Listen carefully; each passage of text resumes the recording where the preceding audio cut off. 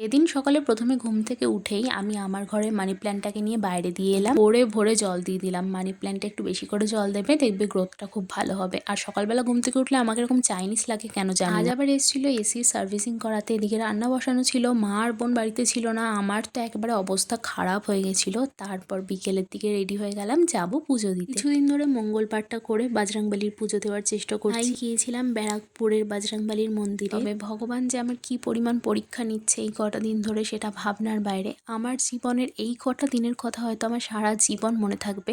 আর যে পরিমাণ কষ্ট আমি এই কটা দিন পেলাম, যার বা যাদের জন্য পেলাম, তাদের হয়তো আমি আর কোনো দিনই ক্ষমা করতে পারবো না। আর বাকিটা তো ভগবানের হাতে। সব জায়গায় ক্ষমতা চললেও কিন্তু ওই জায়গাটাতে কখনোই ক্ষমতার জোর দেখানো যায় না। ওই জায়গার সিলেবাসটা কিন্তু খুবই সহজ, যেটা তুমি করবে সেটাই তুমি ফেরত পাবে। যাই হোক, তো মন্দির প্রাঙ্গণটাকে কিন্তু খুব সুন্দর করে সাজিয়েও ছিল রামনবমী উপলক্ষে, তাই জন্য একটু ভিডিও করে নিলাম। সারাদিন যেহেতু তেমন একটা কিছু খাওয়া হয়নি, তাই জন্য পুজো দেওয়ার পরে প্রচণ্ড মাথা ঘুরছিল, তাই জন্য প্রথমেই 1 কাপ চা খেয়ে নিলাম। আর রাতে বোন বানিয়েছিল মশালা ম্যাগি, সেটা দিয়েই আজকে ডিনারটা সেরে ফেললাম।